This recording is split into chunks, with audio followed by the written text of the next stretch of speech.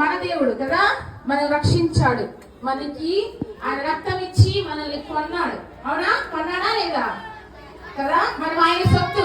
ఆయన సొత్తేనా? ఎంతమంది యేసయ్య సొత్తు? మనమందరం యేసయ్య సొత్తు కదా. Okay, thank you. చెప్పు దించండి. ఓకే, మనము ఇప్పటి వరకు ఆది కాలం నుంచి ప్రకటన గ్రంథం వరకు సండే స్కూల్లో, సిబిసిలో సంవత్సరం నుంచి మనం నేర్చుకుంటానే ఉన్నాం కథలన్నీ కదా. మరి యేసయ్య ఎవరు? దేవుడు ఎవరు? యేసయ్య ఎలా వచ్చాడు? మరి సృష్టి కంటే ముందు ఎవరున్నారు? ఆది అందు దేవుడు ఉన్నాడు. దేవుడికి పుట్టుకుందా లేక దేవుడికి అంతం ఉందా అనేది మనం చూద్దాం. ఇక్కడ చూసినట్లయితే ఇక్కడ దేవుడు 40 మంది ప్రవక్తలు బైబిల్ గ్రంథాన్ని రాసినట్లుగా చూస్తాం. మన అందరి దగ్గర బైబిల్ ఉంది కదా. ఆ బైబిల్ గ్రంథాన్ని దేవుడే 40 మంది ప్రవక్తలతో రాయించాడు. దీనికి బైబిల్కి సృష్టికర్త ఎవరు అంటే, బైబిల్ సృష్టించింది, రాయించింది, దానికి రచనాకారుడు ఎవరంటే దేవుడే. దేవుడు అన్నమాట బైబిల్ రాయించింది. పరిశుద్ధాత్మ శక్తి చేత బైబిల్ని రాయించాడు. తర్వాత ఫస్ట్ దేవుడు సృష్టిని కలుగు చేశాడు కదా. సృష్టి అంటే సృష్టిలో ఏమేమి ఉంటాయి?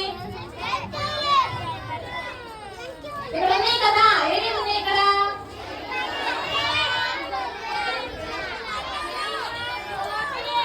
వాటర్ ఉన్నాయా? వాటర్ ఉన్నాయా? దాన్ని యూఫ్రటీస్ నది అంటారు.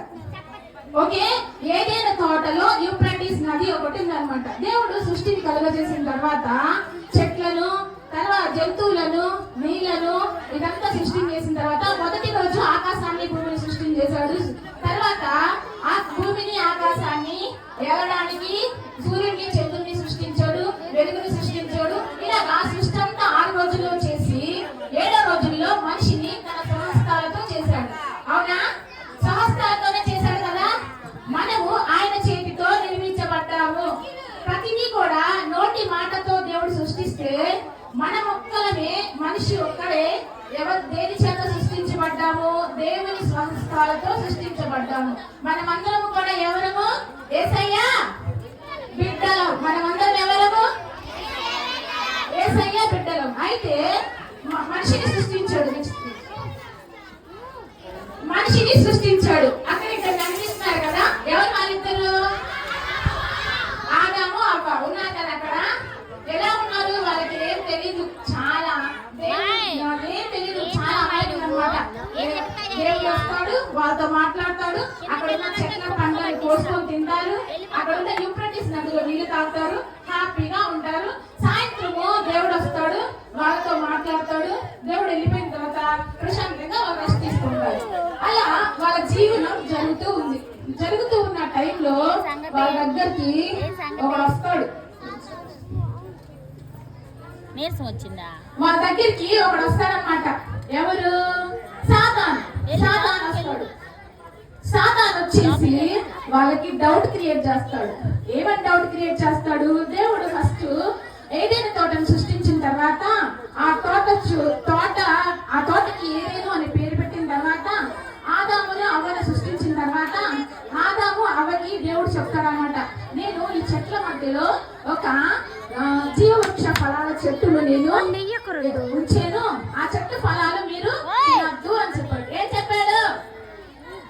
ఏం చెప్పాడు దేవుడు వాళ్ళకి? ఆదాము, అవ్వకి చెట్టు పండు తినొద్దు అని చెప్పాడు. చెప్పాడా? తినొద్దు అని చెప్పిన తర్వాత వాళ్ళు ఓకే అని చెప్పారు. దేవుడికి ఓకే అని చెప్పారా? ఆ క్షణం వరకు ఏం చేశారు? వాళ్ళు దేవుని మాట విన్నారు. తర్వాత వాళ్ళ దగ్గరికి సాతాను వచ్చాడు. సాతాను వచ్చిన తర్వాత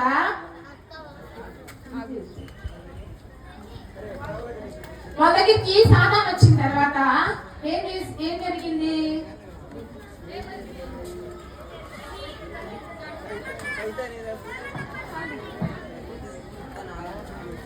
వాళ్ళ దగ్గరికి సాతాను వచ్చింది అనమాట. వచ్చేసి ఫస్ట్ అవ్వ ఆ తోట మధ్యలో తిరుగుతూ ఆ చెట్టు దగ్గర నిలబడింది. ఆ చెట్టును చూస్తూ ఉంటే ఈ చెట్లన్నిటికల్లా ఈ చెట్టు భలే బాగుంది, కాయలు చూడు ఎర్రగా ఉన్నాయి, ఎంత అందంగా ఉన్నాయి, చూడడానికి ఎంతో బాగున్నాయి, తింటే ఎంత బాగుంటాయో కదా అని ఆలోచించింది. ఎవరు?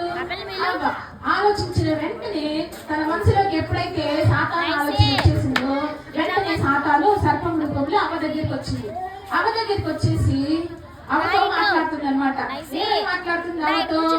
ఈ చెట్టు ఫలాలు చాలా బాగున్నాయి కదా అని అంది. అంటే అప్పుడు అవ్వంది అవును చాలా బాగున్నాయి, చూడడానికి చాలా రమ్యంగా అందంగా ఉన్నాయి, అంటే ఎంత బాగుంటాయో కదా అనుకుంటే మరి చెట్టు పండ్లు దేవుడు నన్ను తినొద్దు అని చెప్పాడు అని అవ్వ చెప్పినప్పుడు సాధారణది తినొద్దు అని దేవుడు చెప్పిన మాట అబద్ధం, ఇది తింటే మీరు దేవుడిలాగా అవుతారని దేవుడికి తెలుసు, అందుకే మిమ్మల్ని తినొద్దు అని చెప్పాడు. ఇది తింటే మీరు దేవుడిలాగా అవుతారు, తెలివితేటలు వస్తాయి అని చెప్పి దేవుడు అవ్వకు చెప్పాడు. అవ్వ నమ్మేసింది. నమ్మేస్తే అప్పుడు అవ్వ ఎవరిని అవమానపరిచినట్లు? దేవుడిని అవమానపరిచింది కదా. దేవుడు చెప్పిన మాటను వాళ్ళు నిరాకరించారు కాబట్టి, ఆజ్ఞను అతిక్రమించారు కాబట్టి, ఎవరైతే ఆజ్ఞ ఇచ్చారో వాళ్ళ మాట మీరింది కాబట్టి దేవుణ్ణి అవమానించినట్లుగా అక్కడ మనం చూస్తున్నాం. అవ్వ వెంటనే తను తిని ఏం చేసింది? తన భర్త అయిన ఆదాము కూడా ఇచ్చేసింది. ఇద్దరు కలిసి అక్కడ తింటున్నారా? వాళ్ళ చేతిలో ఉన్న పండు చూడండి, ఇక్కడ చూడాలి అందరూ. ఈ చార్ట్ వైపు చూడాలి, ఈ పిక్చర్ వైపు చూడాలి అందరూ. ఇక్కడ పిక్చర్ లో ఆదాము అవ్వ కనిపిస్తున్నారా? వాళ్ళ చేతిలో ఏమున్నాయి? ఆపిల్ పండేనా? ఓకే, అందరు ఇక్కడే చూడాలి. మా ఎవరు మాట్లాడొద్దు, ఎవరు తిరగొద్దు, అందరు ఇక్కడే చూడాలి. వాళ్ళ చేతిలో ఏముంది? పండు ఉంది. ఆ పండు ఇద్దరు కలిసి తింటున్నారు. తిన్న వెంటనే వాళ్ళు పాపం చేసాము అని గ్రహింపు వాళ్ళకి వచ్చేసిన తర్వాత దేవునికి దూరం అయిపోయి దాక్కున్నారు.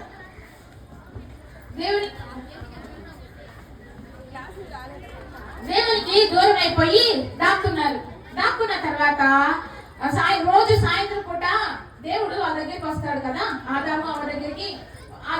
అదే ప్రాసెస్ లో దేవుడు వాళ్ళ దగ్గరికి వచ్చాడు అనమాట. వచ్చిన తర్వాత దేవుడు వాళ్ళని పిలుస్తున్నాడు. ఆదామా ఎక్కడున్నావు అంటే నేను దాక్కొని ఉన్నాను అంటున్నాడు. ఎవరు? ఆదాము, నేను దాక్కొని ఉన్నాను. ఎందుకు దాక్కున్నావు? నీకు దాక్కోవాల్సిన అవసరం ఏంటి అని అడుగుతున్నాడు. అంటే మనం ఎందుకు దాక్కుంటాం? ఎవరికైనా మన మొహం చూపించకుండా మనం దాక్కున్నాం అంటే దానికి రీజన్ ఏంటి? మనం తప్పు చేసినట్టు, అవునా కాదా? ఇప్పుడు ఒక విషయంలో నేను ఏదైనా రాంగ్ ప్రవర్తిస్తే వాళ్ళ ఎదుటికి రావడానికి నేను భయపడతా, అవునా కదా? అలాగే ఆదాము కూడా దేవుని విషయంలో రాంగ్ చేశాడు కాబట్టి ఆదాము దాక్కున్నాడు. దాక్కొని ఆదాము దేవుడు అడిగినప్పుడు నేను దాక్కున్నాను. ఎందుకు దాక్కున్నావు అంటే, నువ్వు నాకు ఇచ్చేవే నా భార్య అవ్వ, ఆమె నాకు కొన్ని పండ్లను తీసుకొచ్చి ఇచ్చింది, ఆ పండ్లను తిన్నాను, అందుకని నేను దాక్కున్నాను అని చెప్పి ఆదాము చెప్తున్నాడు. అక్కడ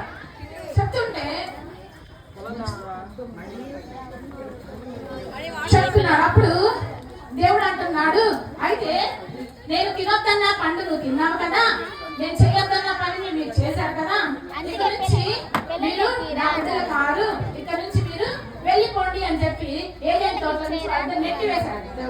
నెట్టి వేసేసి ఆ ఏదైనా తోటకి ఖడ్గ జ్వాలని, ఎరుపులను ఖడ్గ జ్వాలని ఏదైనా తోటకి కంచిగా వేశాడు అన్నమాట కదా. మనం కూడా ఆయన సన్నిధిలో ఉన్నప్పుడు ఆయనకి వ్యతిరేకమైన కార్యాలు చేయకుండా ఉంటే ఆయన సన్నిధిలో మనము దినదినము అభివృద్ధి చెందుతూ ఉంటాము. ఎప్పుడైతే ఆయనకు వ్యతిరేకమైన పనులు చేస్తామో అప్పుడు ఆయన సన్నిధిలో నుంచి మనము తోలివేయబడతాము, ఆదాము అవ్వలాగా. ఓకే, అర్థమవుతుందా పిల్లలు? మరి ఆయన సన్నిధిలో ఉందామా? ఆయనకి ఇష్టమైన బిడ్డగా ఉందామా? ఆయనకి ఇష్టమైన బిడ్డగా ఉందామని వాళ్ళు ఒకసారి చేతి చూపించండి. యేసయ్యా, నేను ఈ రోజు నుంచి నీకు ఇష్టమైన బిడ్డగా ఉంటాను. ఆమేన్. సరే, యేసయ్య ఉన్నాడు. యేసయ్యకి ఇష్టమైన బిడ్డగా మనం ఉంటే, యేసయ్యకి మనం ఇష్టమైన బిడ్డగా ఉంటే మనల్ని కాపాడుతాడు. ఆయన సన్నిధి నుంచి మనం త్రోసివేయడు. మన దినదినము అభివృద్ధి చెప్తాం. అయితే ఎప్పుడైతే మనం యేసయ్య దగ్గరికి వచ్చామో, యేసయ్య దగ్గరికి మనం వస్తున్నామో, అప్పుడు వెంటనే మన పక్కన సాతాను కూడా రెడీ అవుతాడు అనమాట. సాతాను అసలు ఎవరు? ఎవరికన్నా సాతాను? లూసిఫర్ కదా. సాతానుకి మెయిన్ ప్రధాన దూత ఎవరు? లూసిఫర్. అసలు ఈ లూసిఫర్ ఎవరు అంటే, దేవుడిని స్తుతించడానికి దేవుడు ఏర్పాటు చేసుకున్న దూతలలో ప్రధాన దూత. ఎవరు లూసిఫర్? ప్రధాన దూత. ఆ ప్రధాన దూత ఆ రోజు ఆలోచించుకున్నాడు.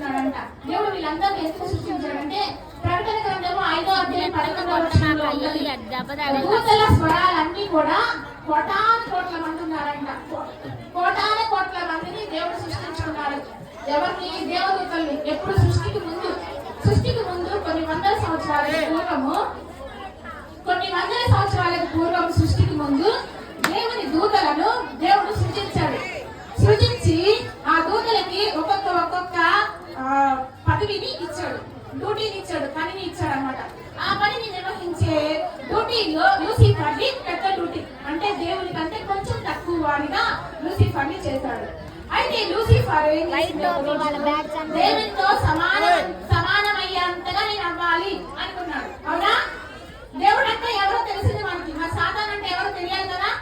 సాతాను దేవుడు సృష్టించుకున్న ఒక ప్రధాన దూత. ఆ దూత దేవుడితో సమానంగా దేవుడి సింహాసనం కూర్చుని ఆయనతో ఈక్వల్ గా ఉండాలని ఆలోచన చేసింది. దేవుడు హృదయ రహస్యాలు దేవుడు కదా, తన హృదయాన్ని దేవుడు చూసి ఏం చేశాడు? లూసిఫర్ ని తన ఉద్యోగంలో నుంచి తీసివేసిన తర్వాత దేవుని కంటే కొంచెమే తక్కువ వాడు కనుక లూసిఫర్ కి అనుచరులు ఉన్నారు. ఆ అనుచరులు ఏమంటారంటే దురాత్మలు అంటారు. లూసిఫర్ యొక్క అనుచరులు ఏమంటారు? దురాత్మలు. ఈ దురాత్మలు లూసిఫర్ అందరూ కూడా పరలోకం అంటే ఏంటి అంటే దేవుని ఇల్లు, దేవుడు నివాసం చేసే ఇల్లు. ఆత్మ అయితే ఒక దగ్గరికి వెళ్తాడు, కానీ దేవుడైతే ఒకే టైంలో ప్రతి చోట ఉంటాడు.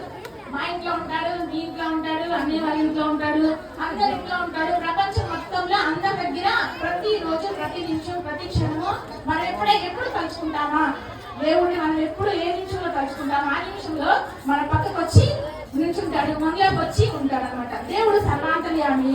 లూసిఫర్ అయితే తను ఏ ప్లేస్ లో అయితే ఉంటుందో ఆ ప్లేస్ ఒక ప్లేస్ అయితే వెళ్ళగలుగుతుంది అనమాట. ఈ లూసిఫర్ దాని అనుచరులు దురాత్మలు ఏం చేశారంట? భూమి మీదకి వచ్చి ఆనాడు ఎలాగైతే దేవుడి మీద తిరుగుబాటు చేశారో పరలోకంలో ఉన్నప్పుడు భూమి మీదకి వచ్చినప్పుడు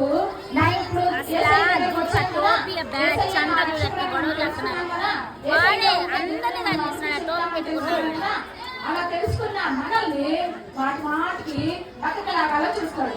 ఎలా లాగాలో చూస్తాడు? అన్ని నేత్రాశ, శరీరాశ, జీవగుణం ఇవన్నీ పెడతాడు. ఒక పండు చూసి ఆశపడడం, వేరే వాళ్ళ మంచి వస్తువు చూసి ఆశపడడం, 4G ఫోన్ చూసి ఆశపడడం, యాపిల్ ఫోన్ చూసి ఆశపడడం, పక్కకి రెడ్ టీవీ చూసి ఆశపడడం, ఇలాంటివన్నీ వేరే కథల పుస్తకాలు చూసి ఆశపడడం, ఇలాంటివన్నీ ఆశ మనలో కలిగించి మనము తప్పులు చేయడానికి మనల్ని ప్రేరేపిస్తూ ఉంటాడు సాతాను. అంటే ఇప్పుడు సాతాను ఎవరు? విరోధి. ఎవరికి? దేవుని బిడ్డలకి విరోధి, దేవునికి విరోధి. ఎవరైతే దేవుణ్ణి వెంబడించాలని దేవుని బిడ్డలుగా పిలువబడతారో వాళ్ళకి సాతాను విరోధిగా ఉన్నాడు. మన విరోధిని కోరుకుంటామా? యేసయ్యని కోరుకుంటామా? నాకు వినపడట్లా. ఎవరిని కోరుకుంటామో? యేసయ్యని కోరుకుంటాం కదా. అందరము యేసయ్యని కోరుకుందాము. మన విరోధి అయిన సాతాన్ని దినదినము ఎదిరిద్దాము, అనగదొక్కుదాము. యేసయ్య కోసం బ్రతుకుదాం. యేసయ్య కోసం బ్రతుకుదామా? ఓకే, అందరం కలిసి ప్రార్థన చేసుకుందాం. కళ్ళు మూసుకుందాం, ప్రార్థన చేసుకుందాం. మహాగణుడా, మహోన్నతుడా, ప్రేమ గల యేసయ్య, నీ బంగారు పాదాలకి వందనాలు, స్తోత్రాలు చెల్లించుకుంటున్నాం తండ్రి. ఉదయకాల సమయంలో ప్రభా ఈ రీతిగా నీ బిడ్డలతో కలిసి నిన్ను ఆరాధించడానికి, ప్రభా నిన్ను కనపరచడానికి మీరు చిన్న కృప కొరకే వందనాలు చెల్లించుకున్నాం. చిన్న బిడ్డల ప్రభా ఇప్పటి వరకు పాటలు, ప్రభా కథ నేర్చుకోవడానికి మీరు కృప చూపించారు. సాతాను ఎవరు? దేవుడు ఎవరు? దేవుని యొక్క నీ ఉంటే విరోధి అయిన అపవాది ఎలా ప్రకృతి లాగాలని చూస్తాడో మేము నేర్చుకున్నాం. ప్రభా ఇక మీద నీ మీదనే ఆనుకొని నీతో మీరు జీవించడానికి సహాయం చేయండి. త్యాగం చేసి నీకోసం బ్రతికి బిడ్డలుగా చేసి నడిపించమని